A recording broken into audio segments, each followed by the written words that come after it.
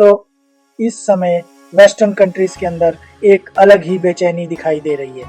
Washington से लेकर Brussels तक पॉलिसी मेकर्स के कान खड़े हो चुके हैं और लगातार क्लोज डोर मीटिंग्स हो रही हैं। लेकिन इसकी वजह कोई मिसाइल टेस्ट या मिलिट्री कॉन्फ्लिक्ट नहीं है। इसकी वजह है ब्रिक्स देशों की एक ऐसी साइलेंट फाइनेंशियल स्ट्रेटेजी जो अगर पूरी तरह मैच्योर हो गई तो आने वाले सालों में पूरी दुनिया के फाइनेंशियल पावर बैलेंस को सीरियसली हिला सकती है। हाल के समय में world gold council, IMF linked financial trackers और रॉयटर्स, ब्लूमबर्ग जैसे ग्लोबल मीडिया प्लेटफॉर्म्स पर एक ट्रेंड बार बार हाईलाइट किया गया है। यह ट्रेंड साफ तौर पर दिखाता है कि ब्रिक्स कंट्रीज और उनके नए पार्टनर नेशंस अब ग्लोबल गोल्ड इकोसिस्टम के करीब 50% हिस्से को इन्फ्लुएंस करने की पोजीशन में पहुंच चुके हैं। ये सिर्फ गोल्ड रिजर्व का एक नंबर नहीं है, बल्कि ये एक स्ट्रेटेजिक सिग्नल है जो बताता है कि दुनिया अब धीरे धीरे डॉलर सेंट्रिक फाइनेंशियल ऑर्डर से बाहर निकलने के ऑप्शंस तैयार कर रही है। यहाँ एक बहुत जरूरी क्लैरिफिकेशन समझना जरूरी है। जब कहा जाता है कि ब्रिक्स के पास 50% ग्लोबल गोल्ड है, तो इसका मतलब ये नहीं है कि पूरा गोल्ड उनके सेंट्रल बैंक्स के वॉल्ट्स में ही रखा हुआ है। असल में इस फिगर को कैलकुलेट करते समय 3 लेयर्स को जोड़ा गया है। पहला, सेंट्रल बैंक्स के ऑफिशियल गोल्ड रिजर्व्स।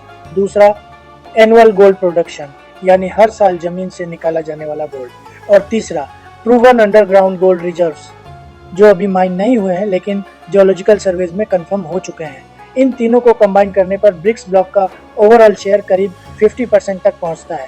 ये पूरी पिक्चर सिर्फ पुराने ब्रिक्स 5 तक लिमिटेड नहीं है।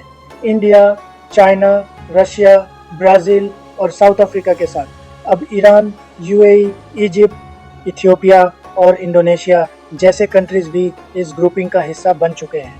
UAE और ईरान जैसे देशों की एंट्री इसलिए भी खास मानी जा रही है क्योंकि ये एनर्जी रिच नेशंस हैं और historically dollar based oil trade से गहराई से जुड़े रहे हैं। अब यही कंट्रीज धीरे धीरे गोल्ड एक्यूमुलेशन और लोकल करेंसी ट्रेड की तरफ शिफ्ट कर रहे हैं, जो ग्लोबल फाइनेंस के लिए एक बड़ा स्ट्रक्चरल चेंज है। अब सवाल उठता है कि आखिर ब्रिक्स को गोल्ड की जरूरत अचानक इतनी ज्यादा क्यों महसूस होने लगी। इसका जवाब हमें 2022 की एक घटना में मिलता है जिसने ग्लोबल फाइनेंस की साइकोलॉजी को पूरी तरह बदल दिया। जब रशिया यूक्रेन कॉन्फ्लिक्ट शुरू हुआ, तब US और यूरोपियन यूनियन ने रशिया के करीब $300 बिलियन के फॉरेन एक्सचेंज रिजर्व्स को फ्रीज कर दिया। ये रिजर्व्स रशिया ने सालों की ट्रेड सरप्लस और सेविंग से बनाए थे, लेकिन एक पॉलिटिकल डिसीजन ने उस वेल्थ को प्रैक्टिकली अनयूजेबल बना दिया।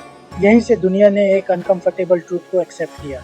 अगर आपका पैसा डॉलर सिस्टम, वेस्टर्न बैंक्स या वेस्टर्न कंट्रोल फाइनेंशियल रेल्स पर रखा हुआ है, तो जियोपॉलिटिकल क्राइसिस के समय वह पैसा टेक्निकली आपका नहीं भी रह सकता।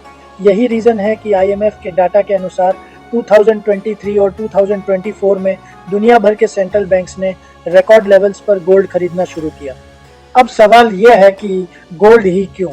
इसकी वजह बहुत सिंपल है। गोल्ड एक फिजिकल एसेट है जो किसी कंट्री के कंप्यूटर सिस्टम पर डिपेंड नहीं करता, जिसे सैंक्शंस लगाकर फ्रीज नहीं किया जा सकता और जो न तो IMF के कंट्रोल में है और न ही वर्ल्ड बैंक के।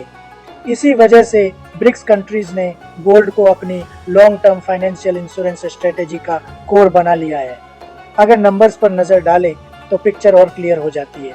चाइना लगातार दुनिया का लार्जेस्ट गोल्ड प्रोड्यूसर बना हुआ है और चाइना का central bank publicly limited data disclose करता है, लेकिन एनालिस्ट्स वाइडली मानते हैं कि चाइना की actual gold holdings officially declared number से कहीं ज़्यादा हैं।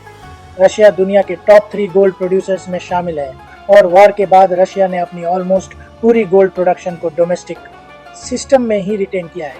इंडिया की बात करें तो रिजर्व बैंक ऑफ इंडिया ने 2021 के बाद गोल्ड बाइंग को शार्पली इंक्रीज किया है और इसके साथ साथ इंडिया ने वह गोल्ड भी वापस मंगवाना शुरू किया है जो पहले यूनाइटेड किंगडम जैसे फॉरेन वॉल्ट्स में रखा गया था। मैसेज बिल्कुल क्लियर है, फ्यूचर अनसर्टेनिटी के लिए जीरो एक्सपोजर। ब्राजील की मूव भी काफी इंटरेस्टिंग है। ब्राजील का सेंट्रल बैंक लंबे समय तक गोल्ड बाइंग से दूर रहा, लेकिन 2023 के बाद ब्राजील ने sudden large scale gold purchases की।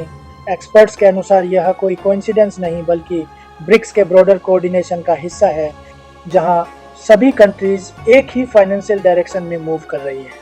और दोस्तों, यह कहानी सिर्फ गोल्ड तक लिमिटेड नहीं है।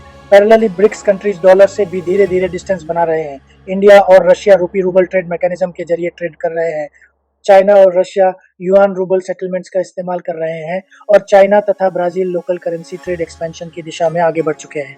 यहाँ तक कि सऊदी अरेबिया के साथ भी चीन ने नॉन डॉलर सेटलमेंट एक्सपेरिमेंट्स शुरू कर दिए हैं। इसका मतलब साफ है कि अब डॉलर को हर ट्रांजैक्शन का कंपलसरी ब्रिज नहीं बनाया जा रहा। ये बात सही है कि डॉलर को ओवरनाइट रिप्लेस करना इम्पॉसिबल है। ऑयल ट्रेड, शिपिंग, इंश्योरेंस और ग्लोबल फाइनेंस आज भी लार्जली डॉलर डोमिनेंट है। लेकिन ब्रिक्स का अप्रोच रिवोल्यूशनरी नहीं बल्कि इवोल्यूशनरी है, step by step dollar monopoly को डाइल्यूट करने की स्ट्रेटजी। इसी डायरेक्शन में ब्रिक्स ने न्यू डेवलपमेंट बैंक स्टैब्लिश किया, जो IMF वर्ल्ड बैंक के अल्टरनेटिव मॉडल के रूप में देखा जा रहा है, और साथ साथ cross border settlement systems, local currency frameworks और अब गोल्ड बैक कॉन्फिडेंस को बिल्ड किया जा रहा है। यही वजह है कि वेस्टर्न पॉलिसी सर्कल्स इस बदलाव से अनईजी महसूस कर रहे हैं। तो दोस्तों, दुनिया इस समय एक slow but powerful economic transition के फेज में खड़ी है। ये चेंज शायद ड्रामेटिक हेडलाइंस ना बनाए, लेकिन इसकी डायरेक्शन बिल्कुल क्रिस्टल क्लियर है। ग्लोबल फाइनेंस का सेंटर अब सिर्फ वेस्ट तक कन्फाइंड नहीं रहने वाला। अब सवाल आपसे है क्या, आने वाले समय में ब्रिक्स वेस्टर्न इंस्टीट्यूशंस को ट्रूली चैलेंज कर पाएगा या फिर डॉलर डोमिनेंस को ब्रेक करने में अभी डिकेड्स लगेंगे? कमेंट बॉक्स में अपनी राय जरूर लिखिए। ऐसी ही डीप जियोपॉलिटिकल एनालिसिस के लिए चैनल को सब्सक्राइब कीजिए, वीडियो को लाइक कीजिए। फिर मिलेंगे एक और ग्राउंड रियलिटी बेस्ड वीडियो के साथ। धन्यवाद। जय हिंद, जय भारत। मैं रविश कुमार, साइनिंग ऑफ।